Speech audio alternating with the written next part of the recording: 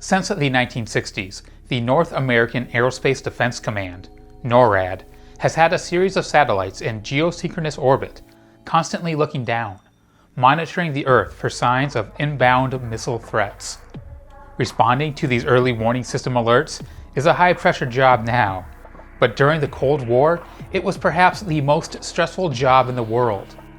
Detecting the launch of a nuclear missile would start the horrible decision process that could lead us all to mutually assured destruction.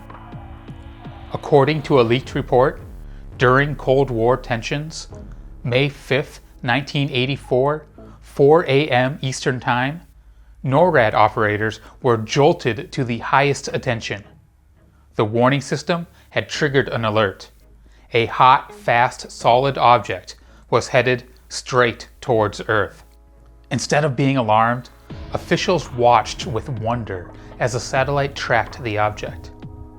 There did not appear to be a missile launch. This object came from behind the satellite, from space. It was traveling at 22,000 miles per hour. Very slow for a meteor, but faster than an intercontinental ballistic missile. Strangest of all, it seemed to be traveling in an impossible trajectory. Impossible for an object without intelligent control anyway. It entered the satellite's field of view on a collision course with Earth, but during the 9 minutes it was observed, the trajectory changed and the object flew back out towards deep space.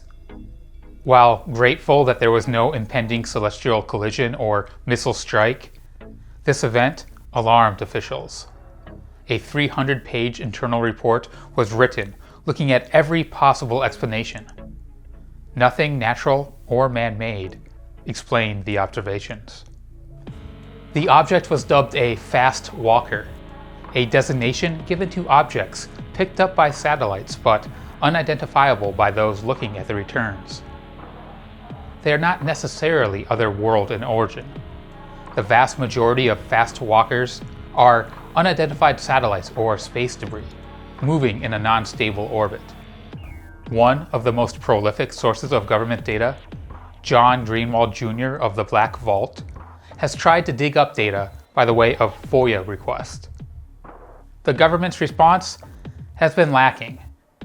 They produced 2 Air Force Institute of Technology master theses regarding identifying prosaic Fastwalkers, and mentioned the existence of 2 more documents, which, according to the FOIA operatives, are still properly classified and unavailable. One of these documents may describe that 1984 Fastwalker. Details of that incident and investigation came from Joe Stafula, a former special agent with the Army's Criminal Investigation Command. His knowledge comes from undivulged sources. I find him credible, but if you don't trust him, here's another compelling Fastwalker report. One which might be the second classified Fastwalker encounter. It's no secret that John Podesta, Chief of Staff to President Bill Clinton, Counselor to President Obama, and Hillary Clinton's campaign chairman, was very interested in aliens. And being so close to high office, Podesta likely has some very interesting sources on the UAP topic. These sources would likely feel comfortable telling Podesta information in confidence. They wouldn't expect that confidential emails would be hacked and exposed for all to see on the internet. But that's what happened. One source made his expectations of privacy explicit, stating, "This communication with you is entirely private and confidential." Although his identity is publicly available and easily found with a Google search, out of respect, I'll withhold his name. He is not a public figure, but has a distinguished military career that led to national security and secure communication work for the DoD and White House. He mailed Podesta in March of 2015, saying, "What needs to be collected and publicly disseminated is hard scientific data, collected from instruments that are known to be accurate and reliable. Within the US, this information has existed for many years and is still available today, if one knows where to look and what to look for. Radar data and thermal imaging data is a good start, especially if one knows the flight envelope and maneuvering characteristics of a UFO. Podesta source follows up with another email, citing specifics about reports from the same system as the 1984 Fastwalker, the DSP early warning satellites. One of the government programs that collects hard data on unidentified flying objects is a USAF DSP satellite program. I can add a little insight to rumors published on the web. While I was never fully briefed into the DSP operation directly, I was introduced to them as the US prepared for Operation Desert Shield and Desert Storm. On occasion, I had lunch with a few of them in the cafeteria of a highly classified organization in El Segundo, California. No one could get into the cafeteria without TTSA clearances, so this was not a lightweight group of gossipers. One of these times, a member of that group was really excited, said they'd just picked up a Fastwalker, I assumed that same day.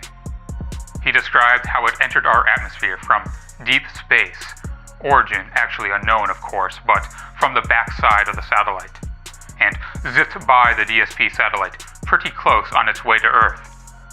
Not only was it going very fast, but it made a 30-degree course correction turn, which means it did not have a ballistic, free-fall re-entry trajectory that a meteorite might have.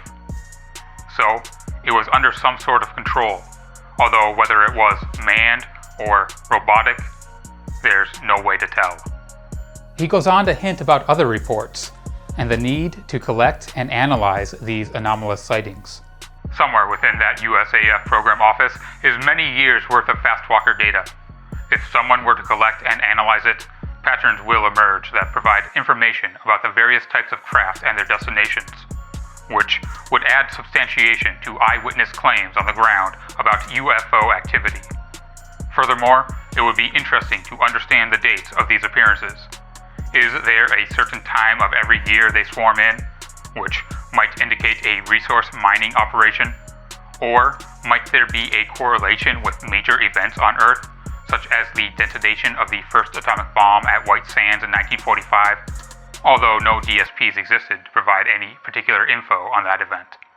I couldn't agree more. Instead of throwing out anomalous data, we need to collect and study it. But the military's early warning satellite data likely won't be released anytime soon. There is hope, however. NASA has its own share of satellites. Some track objects in space down to the size of a softball. Others monitor the Earth in the infrared, much like the early warning satellites.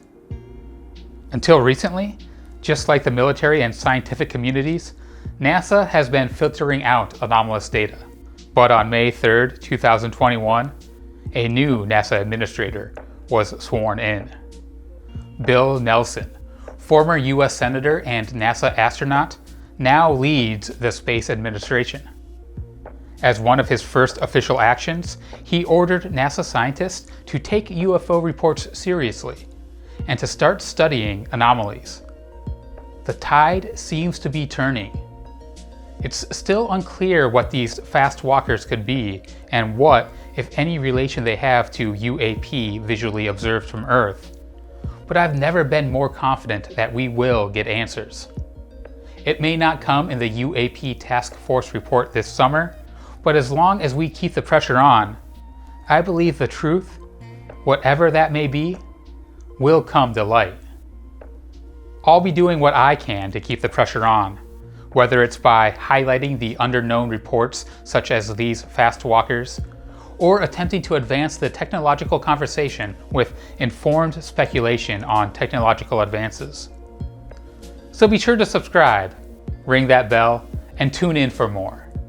And of course, thanks for watching Rather Be Squidding.